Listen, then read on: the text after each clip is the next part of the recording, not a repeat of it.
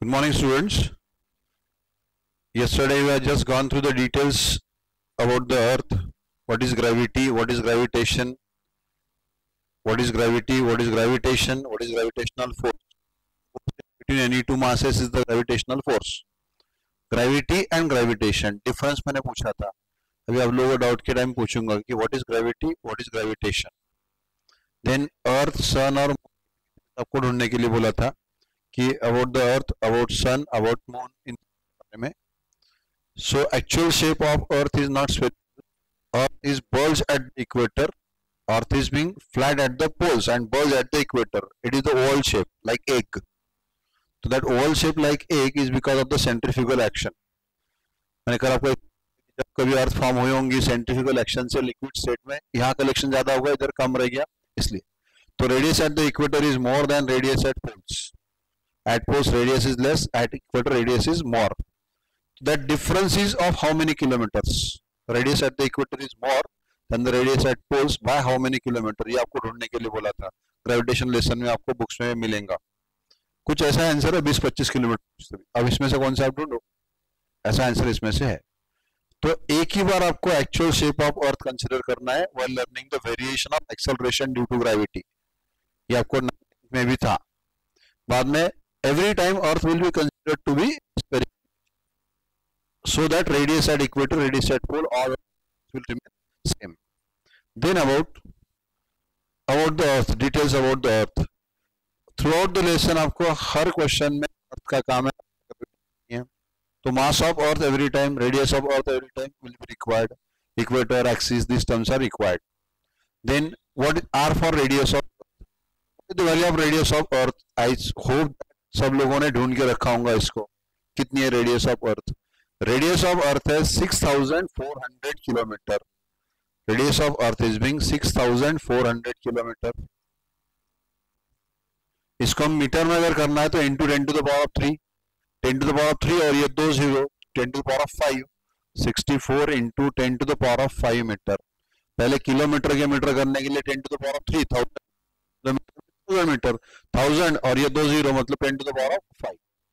Mass of earth exactly is taken as 5.98 into 10 to the power of 24. Mass of earth is 5.98 10 to the power of 24.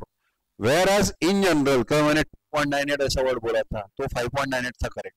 तो 5.98 round figure can be taken as 6 into 10 to the power of 24. Most of the question में हर बार आपको 6 in 10 to the power of 24 use करना है. But if particularly given then use given value like 5.98. Otherwise every time 5.6 in 10 to the power of 24. Now what is mean density of earth? Mean density of earth is around 5500 kg per meter cube. This value should be known to us. ये values अपने को मालूम रहना. Then about ये हो गया अर्थ के बारे में. Then about volume of earth is volume of a sphere. Volume of sphere is 4/3 pi r cube. Then as mean density is mass upon volume. Any density is what? Mass per unit volume. So mean density is mass per unit volume. Complete mass, complete volume. Take the small part, small sphere from the earth. Earth के material से बना हुआ sphere लिया तो उसका मास भी, लेकिन density is the property of material, तो mass to volume will remain constant. So mass is density into volume. Volume is 4/3 pi r cube complete earth के लिए. Part of earth, part of that volume. और ये मास आपको इस तरह से replace करना होगा. ये सभी फार्मूले जब आएंगे आगे कोई भी formula in terms of density convert करना है तो उसमें का मास आपको रिप्लेस करना होता है. Then about distances. Now you have to learn the gravity of अर्थ.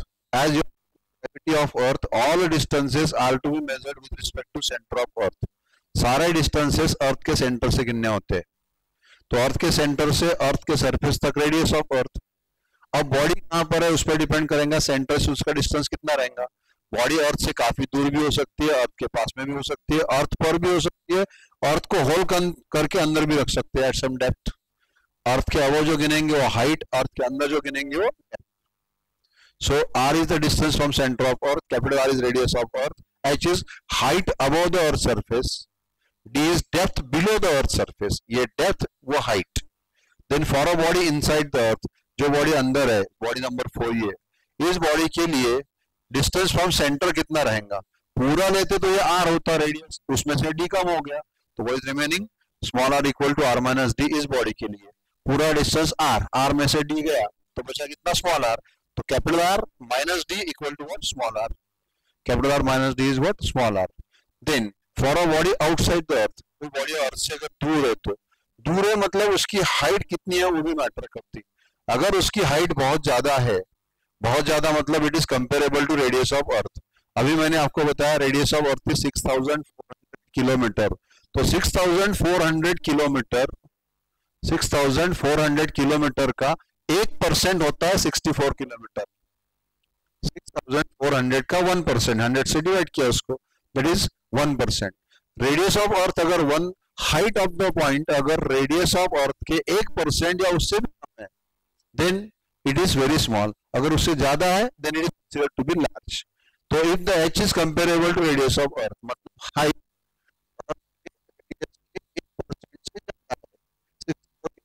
ज्यादा है, then it is considerable to earth. Then small are equal to R plus H, small are equal to what? R plus H. Earth के बाहर की body के लिए हमेशा हर question में काम पड़ने वाला है, इसलिए इसको रिवाइज कर रहा हूं। Small are equal to R plus H. Then D is the depth below the surface of earth. आगे आएगा वापस से। नाउ आउटसाइड द अर्थ, बहुत अर्थ पर तो नहीं है लेकिन अर्थ के बहुत पास में है। बहुत पास में मतलब अर्थ पर नहीं है, अर्थ से कुछ दूरी पर है। कितने दूरी पर है? Very small, height less than 64 kilometre. अगर उसकी हाइट लेस देन 64 किलोमीटर है, मतलब 1% से कम है, then when h is not comparable to r, जब h 64 किलोमीटर या उससे कम है तो उसको निग्लेक्ट करना है। वैसे small are equal to R plus H, body को हाइट तो है लेकिन हाइट बहुत कम है तो h छोड़ दो, h निग्लेक्ट करो, तो small R is nearly equal to capital R. When h is very small, it is to be neglected. Then small r is nearly equal to r, though not equal to, but can be taken r equal to. h is very small as compared to r. इस body के लिए wording होगा for small heights or close to surface of earth. Then on the surface of earth, अब body exactly earth surface पर ही है। अगर body exactly earth surface पे है तो उसके लिए हाइट कितनी हो गई? सरफेस पर ही है, हाइट तो सरफेस से गिननी होती है। बॉडी सरफेस पर ही है मतलब हाइट 0 होगी, उसकी height become 0। So small r is nothing but equal to r plus h. Or small r equal to small r equal to r plus h. So small r nearly equal to what? Capital R. Not nearly, यहाँ पर exactly रहेगा क्योंकि h is 0 यहाँ पे। Now for a body either on earth surface or close to earth surface, h is very small as compared to r. तो on earth surface h r equal to r, close to surface small r equal to r. यहाँ h negligible है, यहाँ h 0 है। Numericals में काम में आने वाला है सब कुछ। देन अब आगे पूछा था मैंने इनसाइड द अर्थ, ये भी बताया स्टार्टिंग में, small are equal to R. Then sun के लिए what is the mass of sun? Mass of sun है 2 into 10 to the power of 30। Mass of sun is 2 into 10 to the power of 30 kg। Distance between earth and sun कितना है? Distance between earth and sun इतना है कि सन से लेके अर्थ तक light को आने के लिए 500 सेकंड लगते। Light need 500 second to reach from sun to earth. अब आपको लाइट का टाइम मालूम हो गया, आपको लाइट का स्पीड भी मालूम है।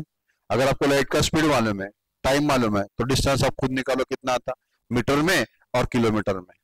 ये आपके लिए अभी मैंने छोड़ दिया। अभी और एक पॉइंट बताया आपको कि light require 500 second to reach from sun to earth. Speed into time is the distance, ये आपको निकाल के रखना है। मास ऑफ मून, ये दो वैल्यूज उतने इंपॉर्टेंट नहीं है, ये आप न्यूमेरिकल्स पढ़ेंगे तो उसमें आपको मिल जाएंगे कि what is the distance of the moon, what is the mass of the moon. Still मैंने 2 पॉइंट्स आपके लिए छोड़ दिए, ये डिस्टेंस, ये डिस्टेंस। ये कुछ 15 आता, 3.84 कुछ आता, मैंने अंदाजे से नंबर बोल दिया, एग्जैक्ट कुछ भी नहीं दिया, आपको एग्जैक्ट आंसर ढूंढना है। तो ये कल जो आपको कुछ पॉइंट्स पूछे थे उसके बारे में। देन इनर्शियल मास और ग्रेविटेशनल मास मैंने आप लोगों को पूछा, mass what do mean by gravitational mass, तो उसका रेशियो क्या आता, ये आप लोग खुद ढूंढ के रखो। इसका काम इस लेसन में नहीं है लेकिन आपको में पढ़ने को मिलेगा। इसका काम है न्यूटन्स लॉज ऑफ मोशन में। बाद में और एक पूछा था आपको, what do you mean by infinity, infinity क्या होता है, तो what do you mean by infinity ये आप ढूंढ के रखो। आगे जब हम potential energy, kinetic energy, total energy of the satellite पढ़ेंगे तब इसका काम पढ़ने वाला है कि बॉडी। तो this was all about the जो कल आपको पढ़ाया था उसके बारे में शॉर्ट में रिवीजन हो गई। नाउ तो कल अपने यहाँ तक के पढ़ के रखा हुआ है, यस्टरडे और learn up to this point. तो अभी इसके आगे आपको न्यूटन्स लॉज ऑफ मोशन, तो वही न्यूटन्स उसके बारे में पढ़ते पहले कि what is Newton's law, Newton's law क्या है एग्जैक्टली। तो ये कल के सारे पॉइंट्स हो गए, all points which you learn yesterday.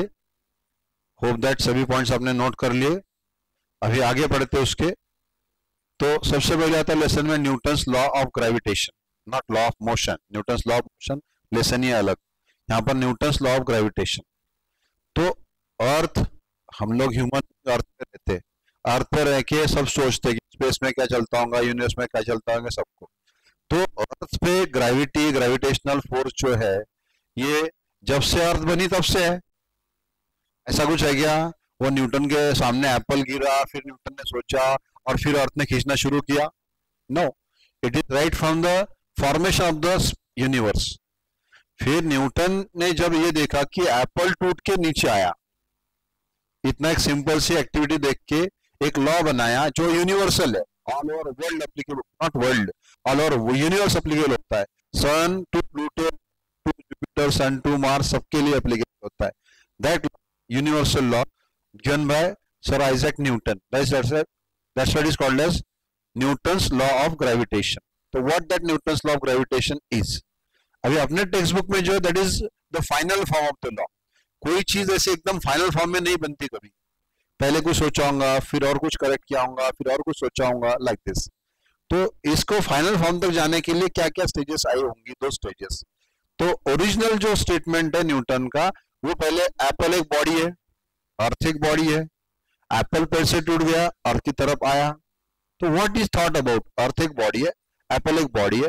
तो पहले उसने बॉडी वर्ड्स के बारे में सोचा, that every body attracts every other body. Her body दूसरे बॉडी को अट्रैक्ट करती है, हर मास दूसरे मास को अट्रैक्ट करता है। तो what was the first statement by the Newton's law? That is Newton's law of gravitation. Newton's law of gravitation. तो न्यूटन्स लॉ ऑफ ग्रेविटेशन जो है, ये Newton's law of gravitation is about masses. तो what was the statement? आपको सिर्फ कुछ reference books में या फिर अगर आपने पूरा एनसाइक्लोपीडिया निकाला न्यूटन्स थ्योरी का तो उसमें पढ़ने को मिलेगा, बाकी आपके एनसीईआरटी के बुक में, एमसीक्यूज के बुक्स में पढ़ने को नहीं मिलेगा। इसका एक जगह आगे काम है, इसलिए बता के रख रहा हूँ। What is the Newton's first law? According to Newton's first law, every body attracts every other body. Every body, body क्या use किया? Body. Every body attracts. Gravitational force purely attractive होता है. Attracts every other body. Every body attracts every other body. Every body attracts every other body. Last के 2 word ज्यादा important है, इन्हीं का आपको आगे काम पढ़ने वाला है। Every body attracts every other body outside it. ये 2 वर्ड ज्यादा इंपॉर्टेंट है, outside it. Every body attracts every other body outside it. Earth, earth के आउटसाइड था एप्पल, एक बॉडी है, every body attracts every other body outside it. फिर मन में क्वेश्चन आने को होना, आउटसाइड को अट्रैक्ट करता, अगर वो बॉडी इनसाइड रही तो फिर तो body is inside, then what? Every body attracts every other body when it is outside. तो when the body is inside तब क्या होता है उसके बारे में, जिसका आपको आगे काम पढ़ने वाला है while learning the acceleration due to gravity inside the earth. सब ये कंप्लीट अर्थ है अभी, स्फेरिकल इन शेप। अभी हर जगह आपको स्फेरिकल शेप ही कंसीडर करना है। Complete mass of earth is m,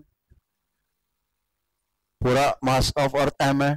एक बॉडी दूसरी बॉडी जिसका मास स्मॉल m है, बॉडी अभी बाहर है अर्थ के, तो every body attracts every other body outside it. अभी बॉडी अर्थ के बाहर है, उसको अट्रैक्ट करेंगी।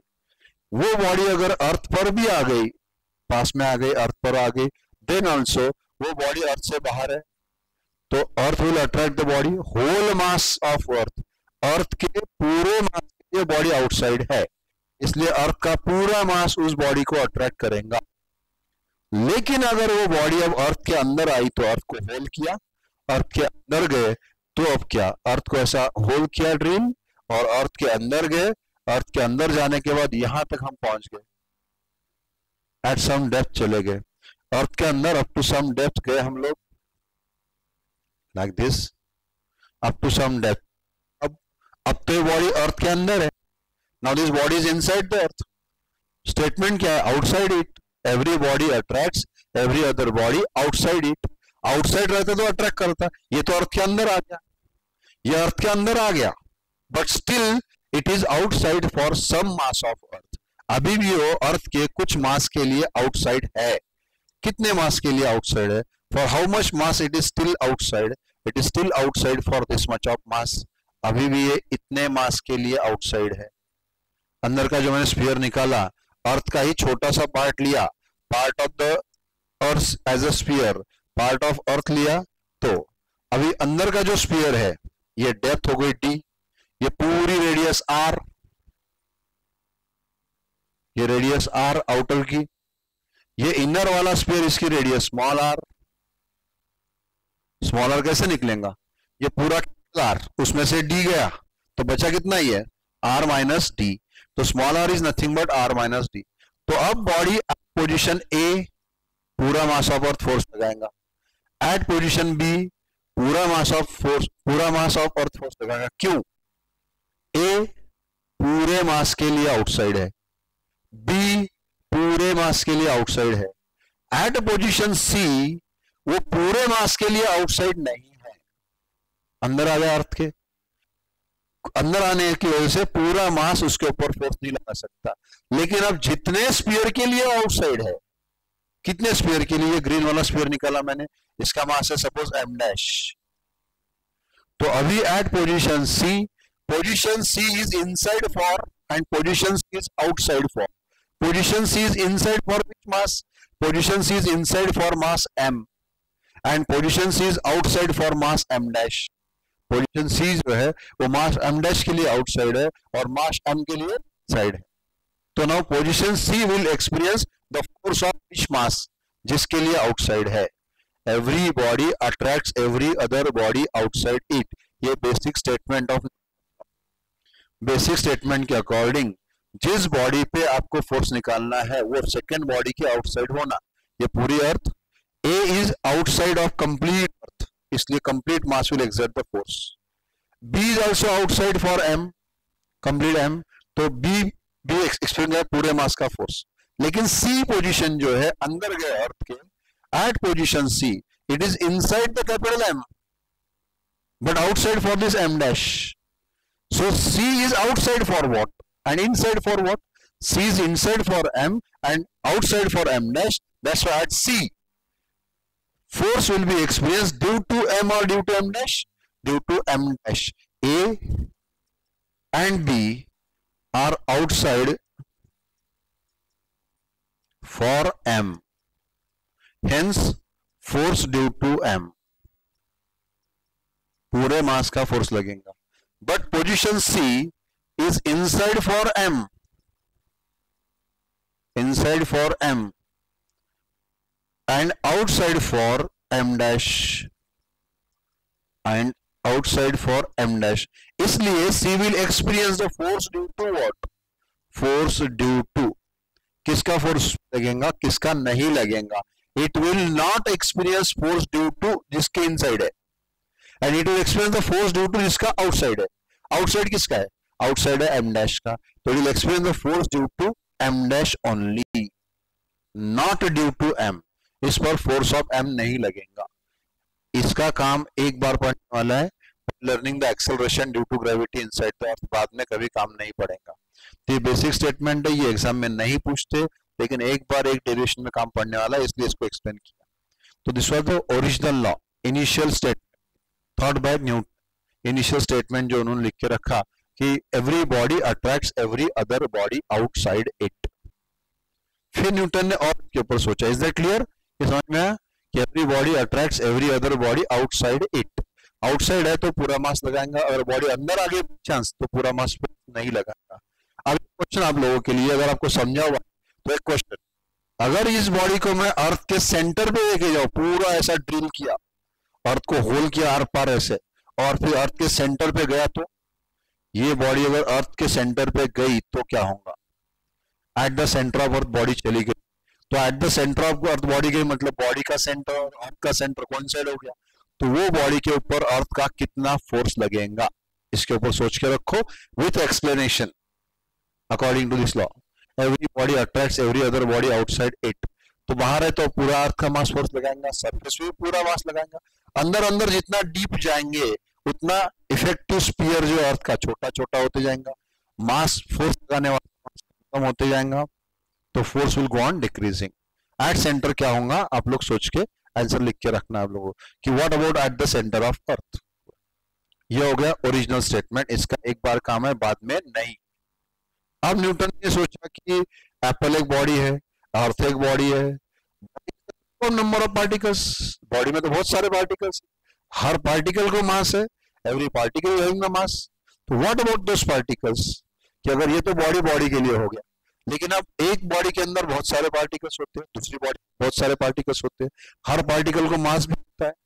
Then he again made it more correct and precise for the particle size mass, particle size mass के लिए इसको और एक्यूरेट कर लिया। Then he given the statement जो अपने टेक्स्ट बुक में आप according to this, according to Newton, ये original statement. Then he came to the particle particle, Newton's law is applicable for the point masses. ये आगे आपको स्टेटमेंट पढ़ने को मिलेगा, ऐसा एक स्टेटमेंट उधर में Coulomb's law is for the point charges और Newton's law is for the point masses, जो फाइनल है, पहले बॉडी के लिए दिया था, फिर उसको करेक्ट करके यूज किया फॉर द पार्टिकल्स। तो what is now Newton's law, उन्होंने फिर पार्टिकल पार्टिकल के बारे में सोचा कि कोई एक बॉडी आपको गिवन है, इस बॉडी में नंबर ऑफ पार्टिकल्स है, इन हर पार्टिकल को मास है, ये पार्टिकल्स एक बॉडी में है, मतलब बाउंड है एक दूसरे से by intermolecular forces. Intermolecular force अलग, that is the electromagnetic force, whereas force due to their masses, उनका जो कुछ मास है वैसे वो जो ग्रेविटेशनल फोर्स। दूसरी कोई बॉडी है, दोनों बॉडी, ये बॉडी इसके लिए आउटसाइड है, ये बॉडी इसके लिए आउटसाइड है, body A and body B will attract each other, body A B एक दूसरे को अट्रैक्ट करेंगे। At the same time, what about the molecules bit of body A and molecules of body B? Molecules inside the body A. According to Newton, पहले body body के लिए every body attracts every other body outside it. A is outside for B, B is outside for A. दोनों एक दूसरे को attract करेंगे, दोनों bodies एक दूसरे को attract करेंगे। Now what about the molecules? Her molecule को भी mass है, कम है लेकिन mass तो है। What about the molecules of body A? Body ए के मॉलिक्यूल, बॉडी ए का एक मॉलिक्यूल बॉडी ए के ही दूसरे मॉलिक्यूल को भी अट्रैक्ट करता, बॉडी ए के अंदर का एक मॉलिक्यूल बॉडी ए के अंदर के दूसरे मॉलिक्यूल को अट्रैक्ट करता। एट द सेम टाइम वैसे ही बॉडी बी में का एक मॉलिक्यूल बॉडी बी के दूसरे मॉलिक्यूल को अट्रैक्ट करता। At the same time body A का एक आधा मॉलिक्यूल बॉडी बी के दूसरे एक आधे मॉलिक्यूल को भी अट्रैक्ट करता, मीन्स मॉलिक्यूल मॉलिक्यूल। अब बॉडी ए पूरी नहीं है, बॉडी बी पूरी नहीं है, दो मॉलिक्यूल है, then also force is there. अकेली बॉडी ए है और उसमें के दो मॉलिक्यूल है, इनमें भी फोर्स।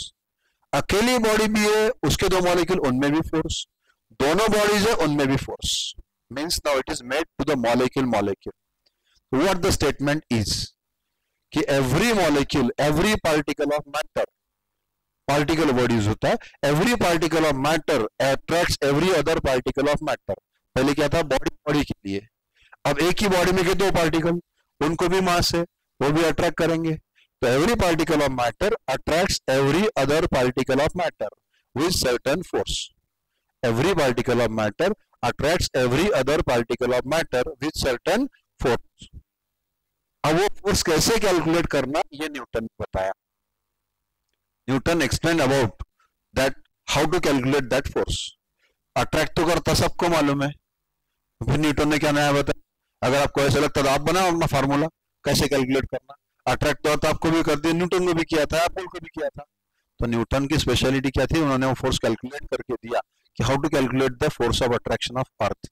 नहीं तो अर्थ अपने को खींचती तो सबको मालूम है।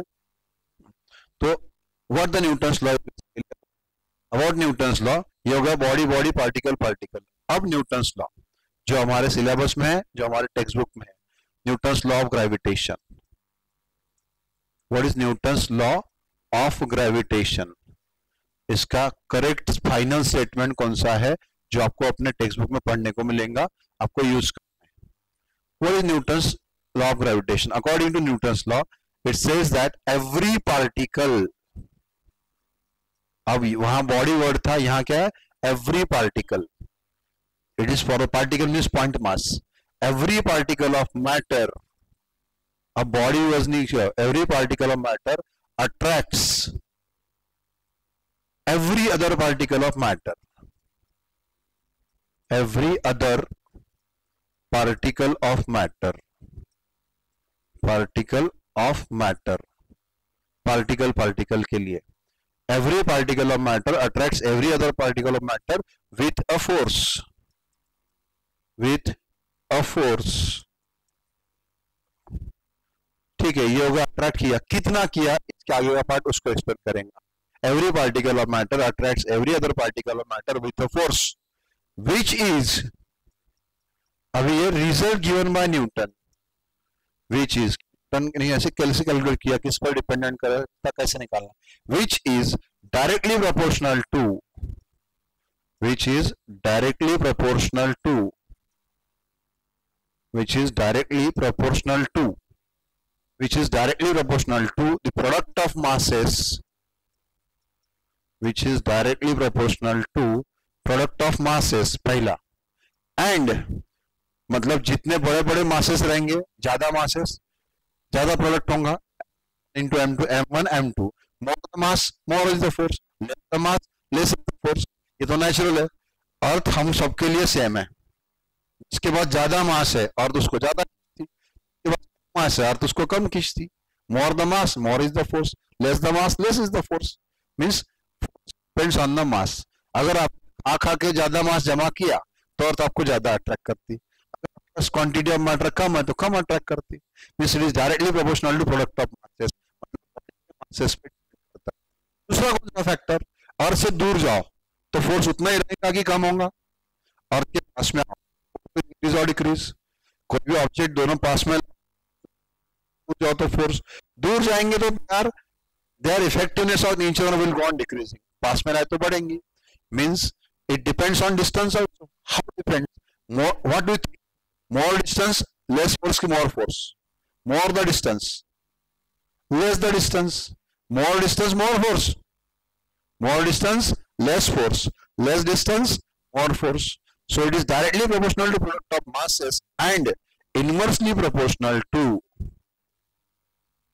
and inversely proportional to what? And inversely proportional to square of distance between them, square of distance, square of distance between them, square of distance between them, and acts along the line joining them, and acts along the line joining them। अभी अगर आप लोग मेरे सामने यहाँ होते तो मैं आपको चेक कर देता। अभी मैंने इसलिए पूरा स्टेटमेंट बोर्ड पे लिख दिया, ये आप लोगों को बाद में फेयर करना है।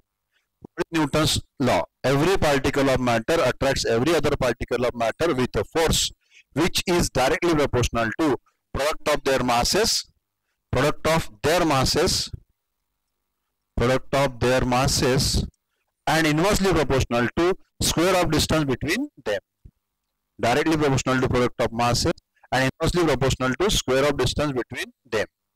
स्टेटमेंट पूछने के बाद बताते आने को होना कि what the statement is. Statement विचारलं सांगता आलं पाहिजे। तो directly proportional to product of masses, inversely proportional to square of distance between them. Now इसको मैथमेटिकल फॉर्म में लिखते हैं। Let us consider 2 point masses. There are 2 point masses, एक m1 एक m2। अभी यहाँ बॉडी नहीं निकालना आपको, you have to draw the masses only, m1 m2। let the distance between them is small r, r as a distance। now these two masses will attract each other, ये दोनों masses एक दूसरे को attract करेंगे with certain force, that is F। F is the gravitational attractive force towards each other। so by Newton's law what you can write? let m1 m2 are the masses by Newton's law of gravitation.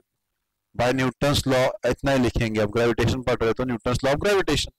By Newton's law, this F is proportional to m1 m2 and this F is inversely proportional to r square, directly proportional to product masses, inversely proportional to square of distance between them. Then F is proportional to product of masses and inversely proportional to square of distance. Yoga statement. F is proportional to m1 m2 and inversely to r square. Then for every proportionality there is some constant. Her proportionality का एक constant होता है. Here the constant given by Newton. So that constant given by Newton is here capital G. F equal to capital G m1 m2 upon r square. तो आप लोगों का G मतलब gravity. G is not gravity. G is what here? Where G is the constant of proportionality and this G is called as constant. ये G constant है. क्या constant है? इस G की वैल्यू टाइम पर डिपेंड नहीं करती. मतलब कल कितना था, आज कितना है, कल कितना रहेगा. How much it was yesterday, how much is today, how much will be tomorrow, will remain same. Independent of time. Secondly, independent of place. अर्थ पे कितना है, जुपिटर पे कितना है, मार्स पे कितना है, स्पेस में कितना है. ये everywhere it remains same. It remains same with respect to time, with respect to place, does not change at all. That's why ये पूरे यूनिवर्स में चेंज नहीं होता. कहीं भी चले जाओ जितना का उतना ही रहता. That's why it is called as universal gravitational constant. Why called as universal? Because its value remains same all over the universe. इसकी वैल्यू पूरे यूनिवर्स में सेम रहती, कहीं चेंज नहीं होती, independent of place and time. That's why called as what? Universal constant. So G is called as nothing but universal gravitational constant. It is called as universal gravitational constant. ये universal gravitational constant है. Constant है तो value भी मालूम रहना उसकी. ये value कभी एग्जाम में गिवन नहीं रहेंगी. It should be known to us. ये अपने को मालूम होना. The value of G is nothing but 6.67 into 10 to the power of minus 11 Newton meter square upon kg square. ये value of capital G. Capital G is called as what? Universal gravitational constant, which doesn't change either with respect to time or with respect to place. कहीं change नहीं होता, medium पर depend नहीं करता. तो it's about the Newton's law of gravitation. What is the statement? Every particle of matter attracts every other particle of matter with a force which is directly proportional to the product of their masses and inversely proportional to square of distance between them. And ये directly proportional to masses, inversely to square of distance. Constant of proportionality is G, where G is called as what? Universal gravitational constant. उसकी value है 6.67 10 to the power of minus 11 in SI units. हाँ, in SI units ये value हो गई. अगर मैंने SI की बताई तो G in CGS आपको ढूंढना है. G in CGS यूनिट कितना आएगा ये आपको ढूंढना है. G की वैल्यू कितनी रहेंगी in CGS units? What is the value of G? That you have to calculate कि G की वैल्यू CGS सिस्टम में कितनी आने वाली है. तो ये न्यूटन्स लॉ, ये न्यूटन्स लॉ का स्टेटमेंट, ये न्यूटन्स लॉ का इक्वेशन. अभी ये लेसन का एक पार्ट हो गया, स्टेटमेंट. सिर्फ स्टेटमेंट याद करके फॉर्मूला कुछ नहीं होगा. अब इसके एप्लीकेशंस, एप्लीकेशंस मतलब न्यूमेरिकल्स. इसको न्यूमेरिकल्स में कैसे यूज करना, कैसे कैसे न्यूमेरिकल्स के ऊपर रहते हैं. Newton's law. और मैं आपको एक सिमिलरिटी में बता देता हूं, इस लेसन का पार्ट नहीं है, आगे इलेक्ट्रोस्टैटिक में आएगा, मैग्नेटिज्म में आएगा. इलेक्ट्रोस्टैटिक्स में इलेक्ट्रिक चार्जेस के बीच में का फोर्स रहेगा, वो कूलम्स लॉ रहेगा. कूलम्स लॉ भी लगभग ऐसे ही है. वहां दो चार्जेस रहेंगे, इलेक्ट्रिक चार्जेस Q1 Q2. तो इलेक्ट्रिक चार्जेस Q1 Q2 और डिस्टेंस रहेगा R. तो इलेक्ट्रोस्टैटिक फोर्स भी डायरेक्टली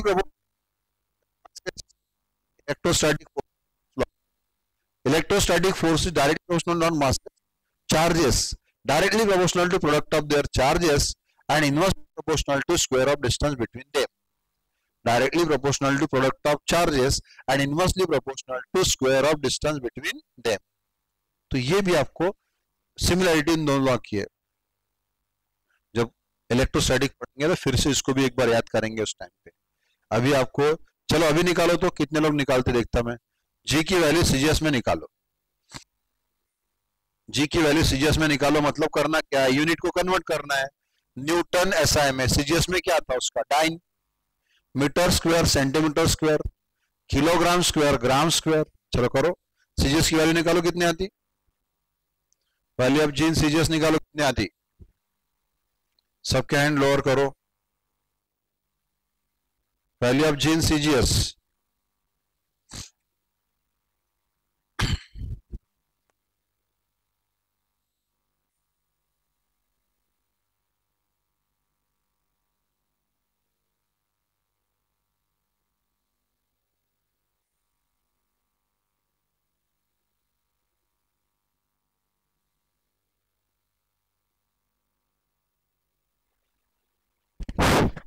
चलो हो गया, आया क्या सीजीएस में, टका किसका इसका आंसर आया। पहले हैंड लोअर करो, हैंड लोअर करो, सेकंड चेक द। चलो सब लोग फिर से हैंड रेस करो, गर्ल्स में से, बॉयज में से हैंड रेस करो। Very good. तो 6.67 में कुछ चेंज आया क्या, 6.67 में कोई चेंज नहीं आया, वरचे ऍडमिट करत राहा ना।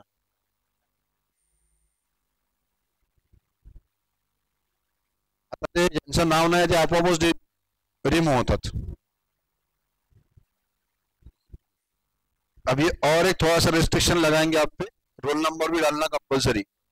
रोल नंबर नहीं तो उसका यहां नंबर नहीं।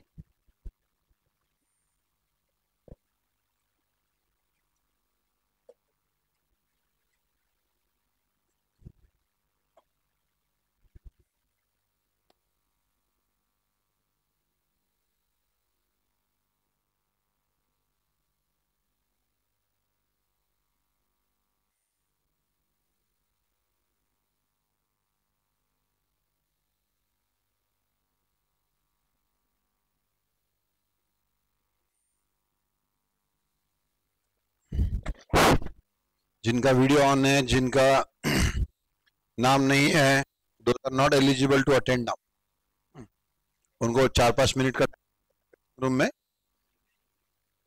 हम्म हम्म हम्म वीडियो मग ते आपोआप रिमूव्ह होतं।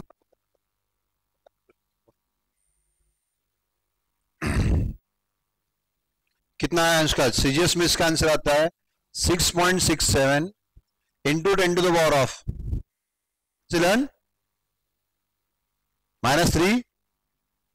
-8। It comes out to be 10 to the power of -8। आपको नेक्स्ट पेज पे सॉल्व करके देता हूं कैसे किया।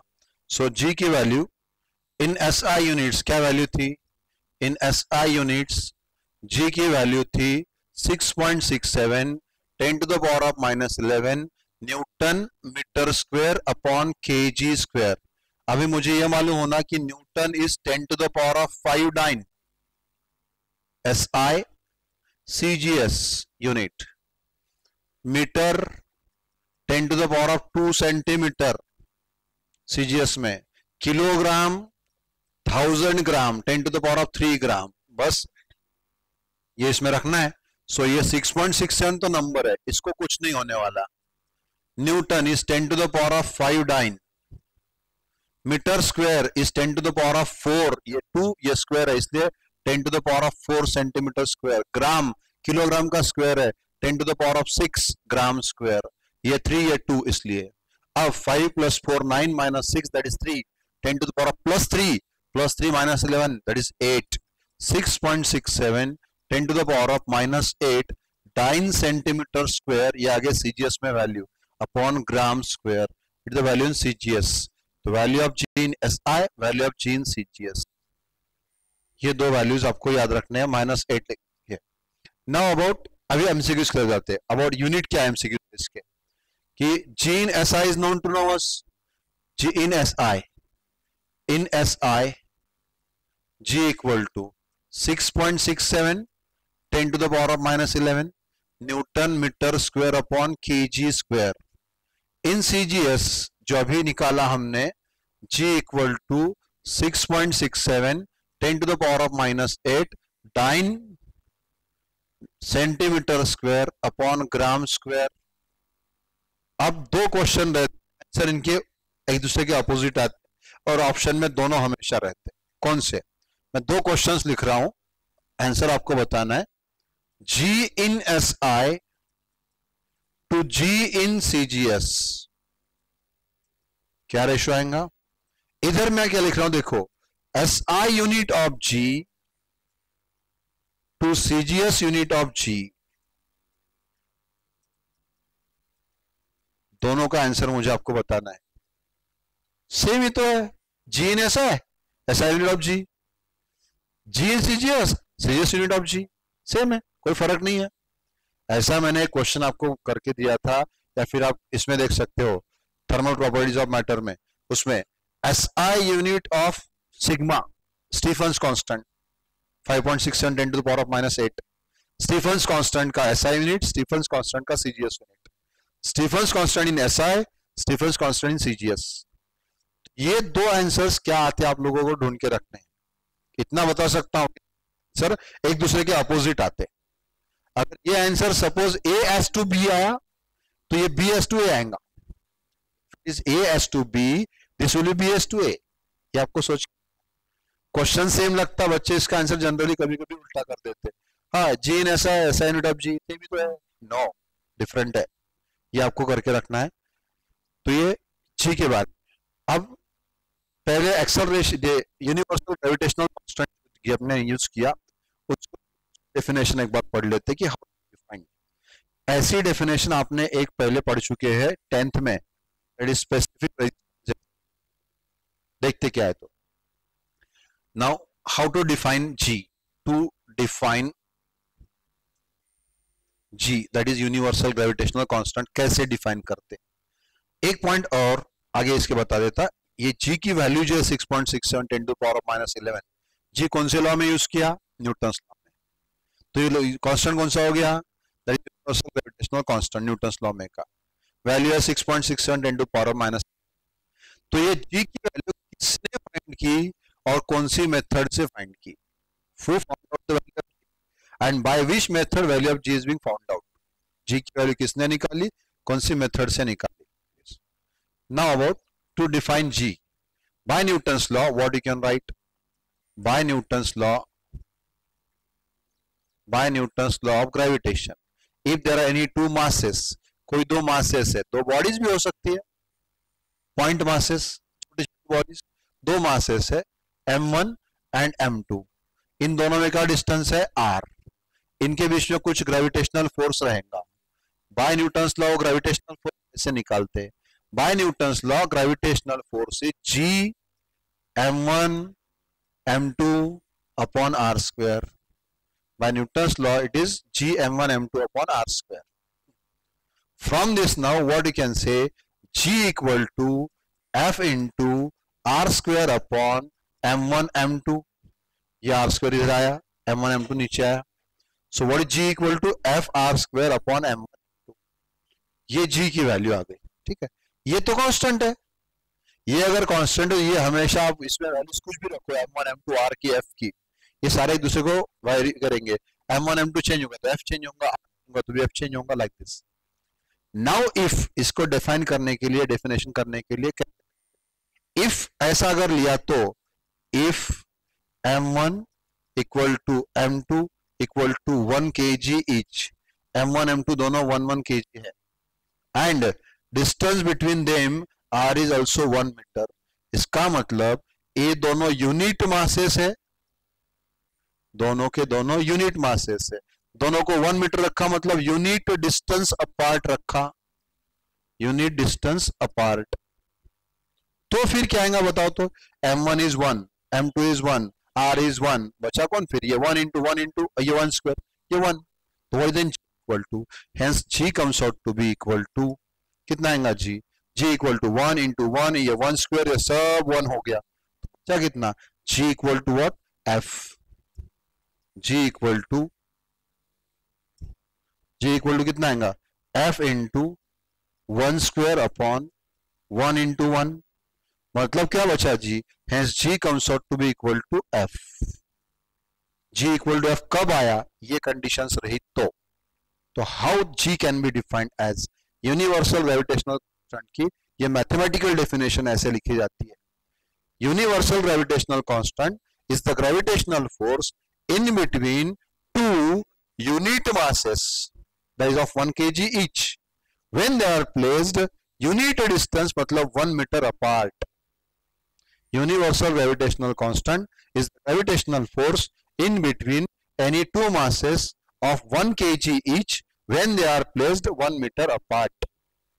Universal gravitational constant is defined as gravitational force या फिर is equal to gravitational force.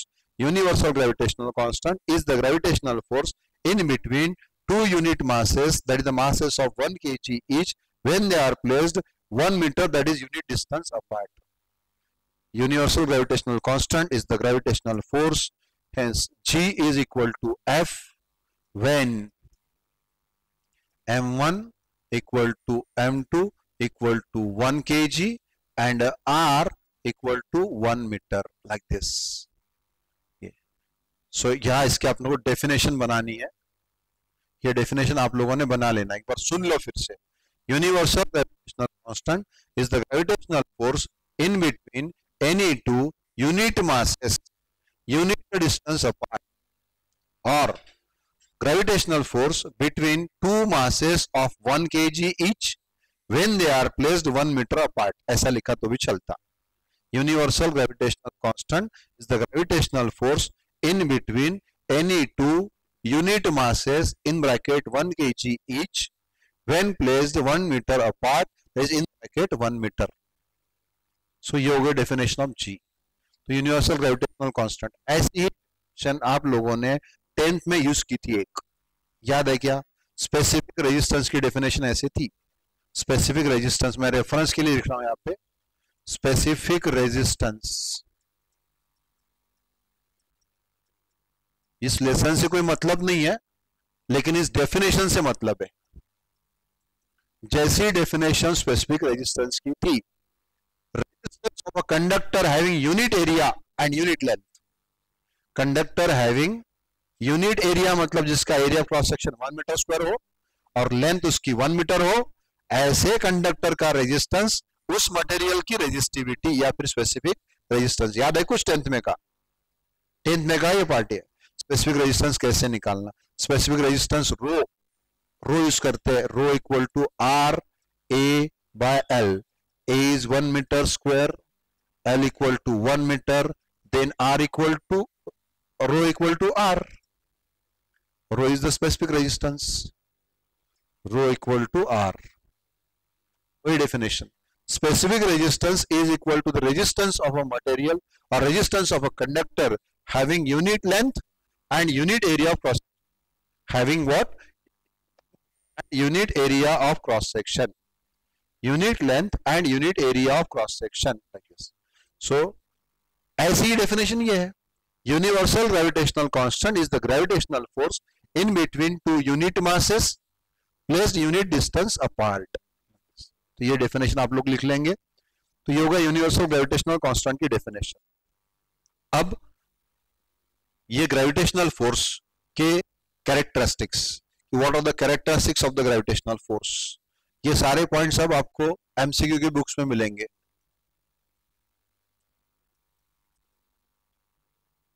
Characteristics of gravitational force. Gravitational force के कैरेक्टरिस्टिक्स क्या है? ग्रेविटेशनल फोर्स, इसमें ऐसे वर्ड आपको मिलेंगे, ये कंजर्वेटिव है, नॉन कंजर्वेटिव है, एक ये लॉन्ग रेंज है, शॉर्ट रेंज है, एक दूसरा किस बात करता, ऐसे कुछ पॉइंट्स आप ढूंढ के रखो, एटलीस्ट 5 पॉइंट्स। मैंने 2 पॉइंट तो बता दिए, आंसर नहीं बताया। कंजर्वेटिव नॉन कंजर्वेटिव इन दोनों में से एक, लॉन्ग रेंज शॉर्ट रेंज दोनों में से एक करेक्ट है कि gravitational force is long range short range force, gravitational force is conservative force की non conservative force. Third, gravitational force is strong force की weak force. Third, fourth, gravitational force, दो body के बीच में अगर कोई थर्ड बॉडी आती है, थर्ड मास आता है, तो उससे अफेक्ट होता है कि नहीं होता? Gravitational effect of medium between them और बॉडी बिटवीन दो बॉडी है, इनके बीच में ग्रेविटेशनल फोर्स है, वो फोर्स, कोई थर्ड बॉडी उनके बीच में आ गई, थर्ड मीडियम बीच में आ गया, तो अफेक्टेड की नॉट अफेक्टेड? एटलीस्ट ये 5 पॉइंट भी आप ढूंढ के रखो। Conservative, non conservative, long range, short range, long range, short range, then strong, weak, dependent और इंडिपेंडेंट ऑफ मीडियम। 4 पॉइंट तो मैंने बता दिया आप लोगों को।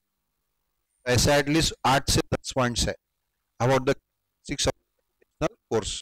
तो ये थ्योरेटिकल पार्ट है, ये थ्योरेटिकल आप लोग एक बार एमसीक्यू का कोई बुक लो, कल मैं आपको ये सारे बताऊंगा। मैंने आपको वर्ड भी बता दिए, बस उसमें से कौन सा करेक्ट है कौन सा रॉन्ग है आपको ढूंढना है, कंजर्वेटिव, नॉन कंजर्वेटिव।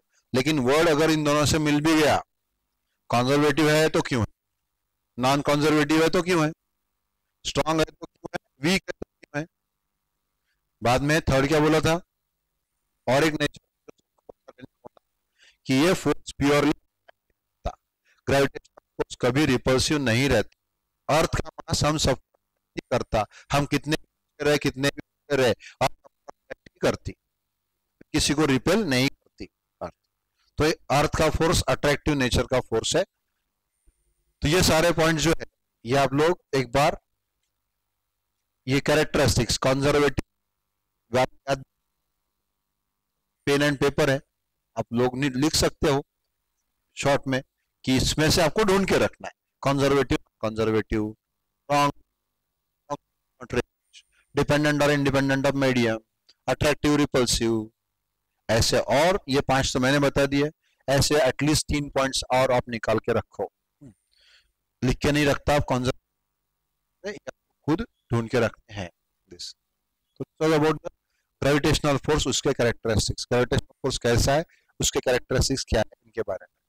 तो न्यूटन्स लॉ, अब न्यूटन्स लॉ के न्यूमेरिकल्स के बारे में थोड़ा पढ़ लेते हैं।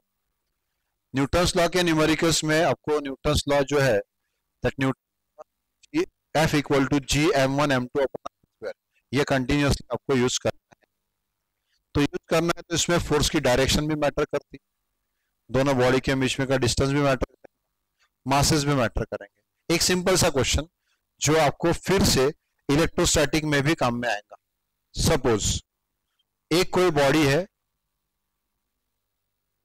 This body now complete mass is से m, इस बॉडी के मैं 2 टुकड़े कर लेता, अब 2 टुकड़े सरी के भी हो सकते, लेकिन दोनों को मिला के मास उतना ही रहेगा।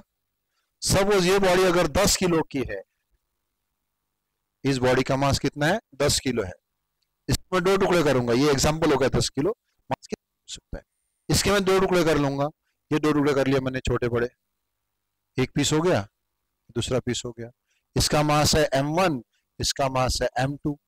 लेकिन m1 m2 कैसे है, m1 m2 are like that कि m is equal to m1 plus m2, इसी के 2 पार्ट है ना। ये अगर बॉडी 10 किलो की है, 2 टुकड़े करके 2 टुकड़े मिला के 20 किलो होंगे, मतलब कोई एक चीज ले लिया कि भाई 1 किलो की एक चीज ले लिया, उसके 2 टुकड़े किए तो दोनों मिला के 2 किलो हो गए, दोनों मिला के 1 ही किलो होगा। सो ये 10 किलो है या दोनों मिला के 10 किलो होंगे। लेकिन 10 में तो बहुत सारी पॉसिबिलिटीज है, हो सकता है एक टुकड़ा 2 किलो का है, दूसरा 8 किलो का है, 1 किलो का है 9 किलो का है, एक 4 किलो का, एक 6 किलो का है, कैसे भी हो सकते हैं। अब इनको कुछ डिस्टेंस पे रखा r, they are place some distance apart, उनके सेंटर टू सेंटर डिस्टेंस लिया, इनके बीच में कुछ ग्रेविटेशनल फोर्स रहेगा, ये ग्रेविटेशनल फोर्स डिस्टेंस हर बार उतना ही रखा जाएगा, डिस्टेंस विल रिमेन सेम। ये ग्रेविटेशनल फोर्स मैक्सिमम रहने के लिए, this gravitational force should be maximum, तो उसके लिए what should be ratio of m1 and m2, इन दो मासेस का रेशियो कितना रहने को होना, f to be for f to be maximum possible, for f to be maximum possible at given distance, distance r constant है, given distance r, ये constant रहेगा. Given distance r, for f to be maximum possible at given distance r, that is constant, what should be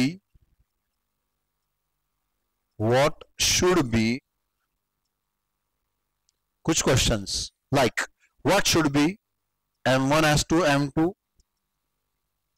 what should be m1 as to m, or what should be m2 as to m. m2 as to m कितना रहने को होना. Same question फिर से आएगा electrostatic. यहां मास वहां charge, क्योंकि इलेक्ट्रोस्टैटिक में जो कूलम्स लॉ है वो कूलम्स लॉ इसके जैसा ही है. Coulomb's law is similar to this one. Coulomb's law में और इसमें ज्यादा फर्क नहीं है. वो चार्जेस के बीच में या मासेस के बीच में. मैं वहां पर लिख देता हूं एक बार कूलम्स लॉ कि what about the Coulomb's law is about. ये न्यूटन्स लॉ हो गया था यहाँ पे. मैं यहाँ पर आपको शॉर्ट में लिख देता हूं कि कूलम्स लॉ क्या है exactly, what the Coulomb's law is about.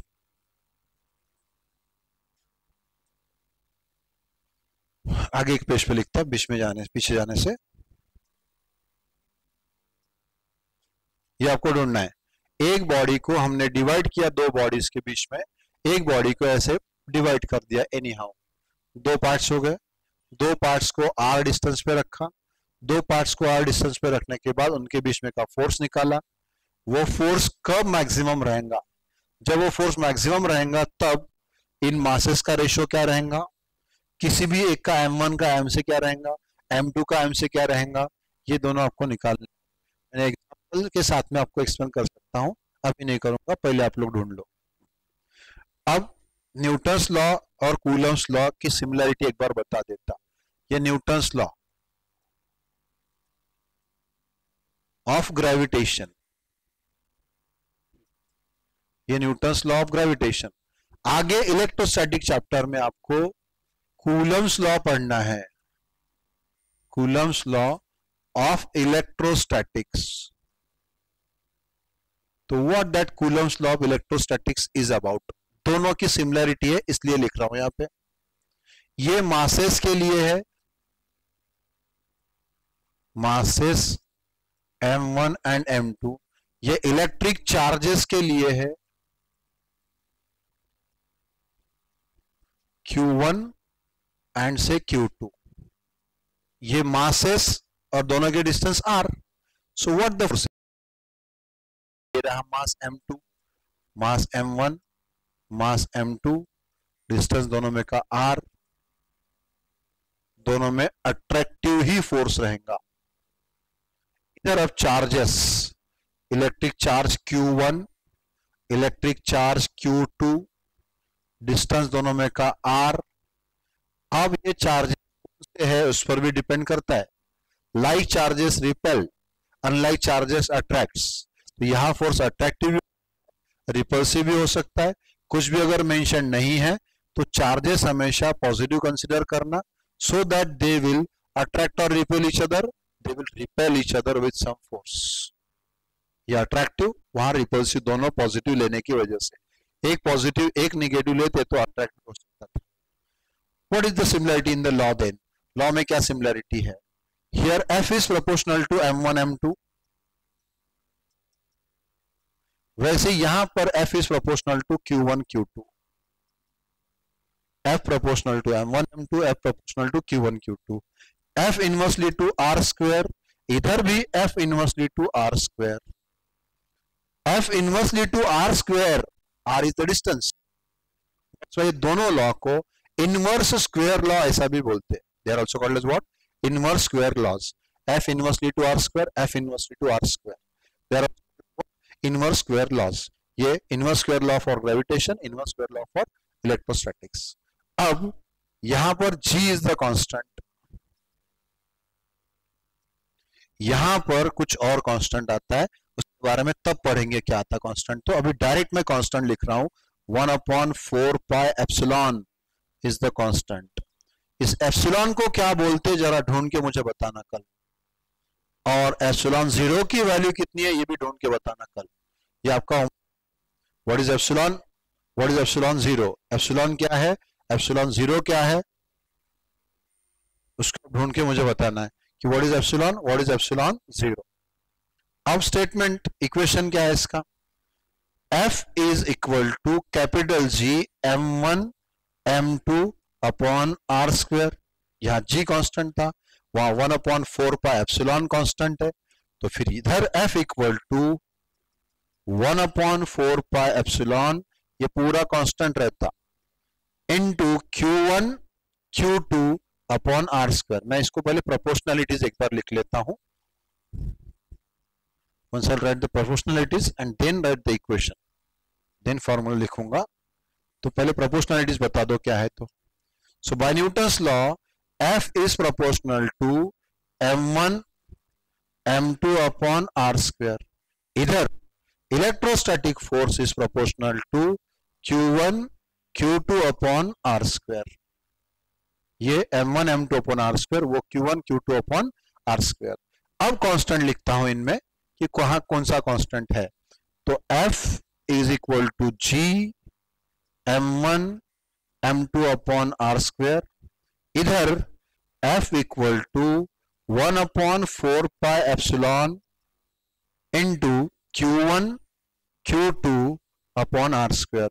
यहां एप्सिलॉन क्या है, एप्सिलॉन जीरो की वैल्यू कितनी है, ये आपको मुझे बताना है, ये आपको इलेक्ट्रोस्टैटिक चैप्टर में मिल सकता है, ये है क्या और उसकी वैल्यू कितनी है, एप्सिलॉन जीरो। तो देखो दोनों लॉज बिल्कुल सिमिलर है, F proportional to M1 M2 upon R square, F proportional to Q2 upon R square, इसलिए दोनों को इनवर्स स्क्वायर लॉ ऐसा भी कहा जाता। They are also called as which laws, inverse square law, they are also called as inverse square laws, इन दोनों को इनवर्स स्क्वायर लॉ ऐसा भी बोलते, इनवर्स स्क्वायर लॉ, इस स्टेटमेंट की वजह से। They are also called as what, inverse square laws, F inversely to R square, F inversely to R square, like this, directly proportional to masses, direct charges. ये जो question मैंने भी बताया कि एक मास को दो मासेस में स्प्लिट किया, ऐसे स्प्लिट किया कि इन दोनों में का फोर्स मैक्सिमम हो, तो ये रेशियो कितना, ऐसा ही क्वेश्चन इलेक्ट्रोस्टैटिक के लिए, एक पूरा चार्ज ये पूरा चार्ज क्यू है, उसको दो चार्जेस में स्प्लिट किया और कुछ डिस्टेंस पे रखा, तो उनके बीच में फोर्स मैक्सिमम रहने के लिए ये रेशियो कितने आने को होना। इलेक्ट्रोस्टैटिक में same question, Q1 Q2, Q1 Q2, Q1 Q, Q1 Q, मतलब सिमिलर क्वेश्चन है, कंसेप्ट दोनों में सेम लगने वाला है। इसलिए ये पूरा मास, ये दो मासेस, ये अगर पूरा चार्ज Q है, ये चार्ज Q1 है, ये चार्ज Q2 है, तो M1 upon M2, Q1 upon Q2, ये सारे पॉइंट्स आपको चार्जेस के जो मासेस का रेशियो आएगा वही चार्जेस का आने वाला है। तो ये सिमिलरिटी हो गई न्यूटन्स लॉ और कूलम्स लॉ के बीच में, कि what is the similarity between Newton's law and Coulomb's law. तो the similarity between Newton's law Coulomb's law, ये दोनों हम लोग इस तरह से निकाल सकते हैं। तो ये सब कुछ हो गया न्यूटन्स लॉ के बारे में। अभी न्यूमेरिकल्स के बारे में, Newton's law vector form is to be learn.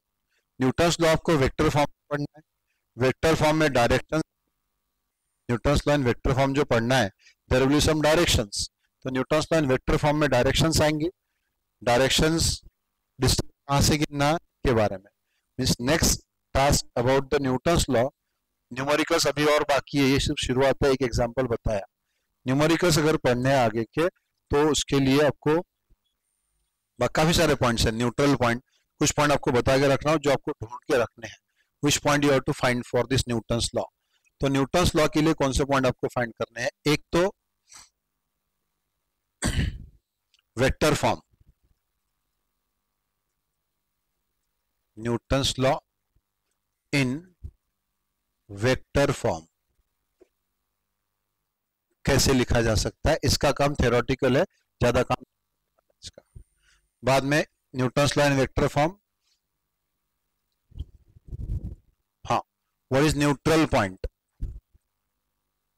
Neutral point क्या होता है, ये दो पॉइंट्स न्यूमेरिकल में आते, न्यूटन्स लॉ बेस्ड जो भी है।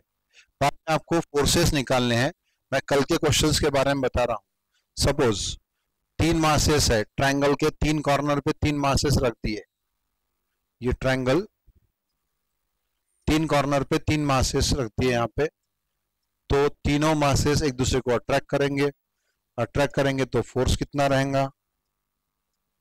यहाँ कुछ मास है, ट्रायंगल सिर्फ डिस्टेंसेस बताएगा, इक्विलैटरल ट्रायंगल है सपोज, तो तीनों साइड्स की लेंथ सेम है, मतलब ये आर तो ये भी आर, ये भी आर। मासेस से m1 m2 m3, ये मासेस इक्वल भी हो सकते हैं, अनइक्वल भी हो सकते हैं। Find force on any one of them due to other two, one पे फोर्स निकालना है due to 2 and 3। Most probably यहां मासेस इक्वल रहते हैं, अदरवाइज डायग्राम फिर सिमेट्रिक नहीं रहती। तो मासेस अगर इक्वल है तीनों तो फोर्स बराबर बीच में आ जाता है इन दोनों। तो दोनों मासेस अगर इक्वल है तो तीनों मासेस, अभी मैं यहाँ अलग अलग लिख रहा हूं, तो find the force due to m2 and m3 on m1, और find force due to m1 and m2 on m3। ऐसा किसी दो का फोर्स तीसरे पे निकालना है। तो ये ट्रायंगल हो गया, ऐसे रेक्टेंगल स्क्वायर ऐसे भी हो सकते हैं इमेजेस, इधर रेक्टेंगल और स्क्वायर गिवन है, स्क्वायर के चार कॉर्नर पे चार मासेस रखेंगे, उन चार मासेस को अलग अलग भी हो सकते हैं, सेम भी हो सकते हैं, या फिर तीन मासेस दे सकते हैं, चौथा मास पूछ सकते हैं। ऐसे अलग अलग क्वेश्चन है डायग्राम बेस्ड जो क्वेश्चंस है, ये m1, ये m2, ये m3, ये m4, like this. Side of the square is L। तो नेट फोर्स ऑन से 1 ड्यू टू 2, 3 and 4, 3 भी अट्रैक्ट करेगा, 2 भी अट्रैक्ट करेगा, 4 भी अट्रैक्ट करेगा, नेट फोर्स कितना आएगा, that is to be calculate. यहाँ कुछ ज्योमेट्रिक पार्ट्स आपको लगेंगे, what is the length of root 2 times of its side, root 2L, this points are required square. ऐसे क्वेश्चन कुछ बाकी है जो हमको पढ़ने हैं। अभी जस्ट एक क्वेश्चन प्रीवियस ईयर में था about the masses, about the electric charges, combination में चार्जेस और मतलब इलेक्ट्रोस्टैटिक्स और मासेस मतलब ग्रेविटेशन। तो दोनों क्वेश्चन था कि अर्थ पे अगर हम लोग है तो ग्रेविटी भी है, स्पेस में गए तो ग्रेविटी नहीं है, स्पेस में ग्रेविटी नहीं है।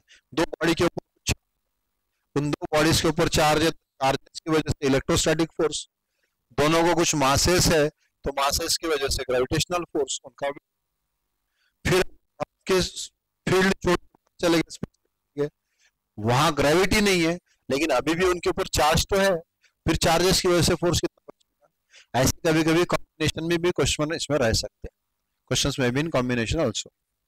तो अभी आपने जो पार्ट आज पढ़ा, ऑल दोस पार्ट्स, तो कल हम लोग ये सारे ये जो पॉइंट्स है कल पढ़ने वाले, आप लोग ये पॉइंट ढूंढ के रखो। कुछ पॉइंट मैंने आपके लिए इसके पहले भी छोड़ दिए कि जो आपको ढूंढ के रखने हैं। तो आज क्या क्या पढ़ा एक बार देख लेते। अभी ऐसा बहुत सारा एक दिन में होने वाला है, या आप लोग डे टू डे रोज के रोज आपके नोट्स अपडेट कर लो। यहाँ से आज मैंने आपको एक्सप्लेन किया, ये कल के क्वेश्चन का होमवर्क भी बाकी है। 3 पॉइंट छोड़े मैंने आप लोगों के लिए। Distance between earth and sun कितना है, mass of moon, distance of moon earth कितना है, ये पॉइंट, ये रेशो क्या है, ये मासेस क्या है, इनर्शियल मास क्या है, ग्रेविटेशनल मास क्या है, उसका रेशो कितना आता। फिर एट द इंफिनिटी का मतलब क्या, व्हाट डू द इंफिनिटी, ये आपको मुझे कल बताना है। जब काम पड़ेगा तो पूछूंगा मैं उसको।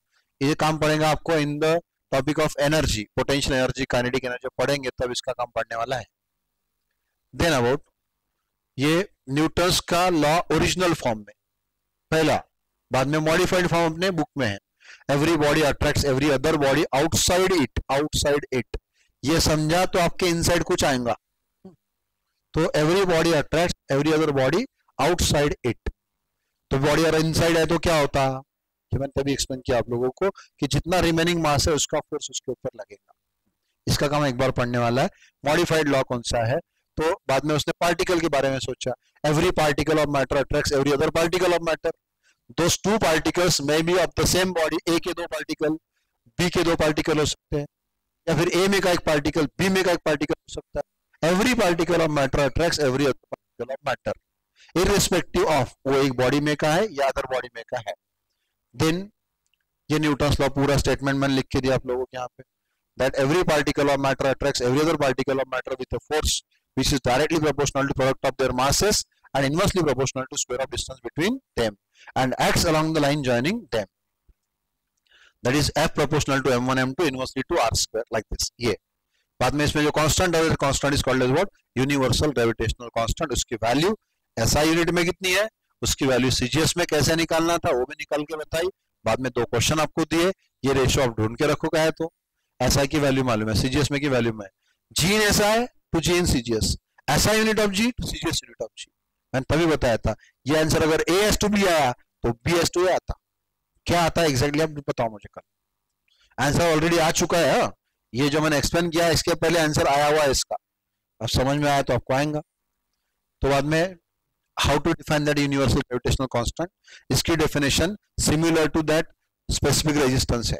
ये आपने 10th में पढ़ा हुआ था कि कोई कंडक्टर लेते, उस कंडक्टर का एरिया, कंडक्टर की लेंथ, ये area of cross section unit होना मतलब 1 मीटर स्क्वायर, इसकी लेंथ भी यूनिट होना मतलब 1 मीटर।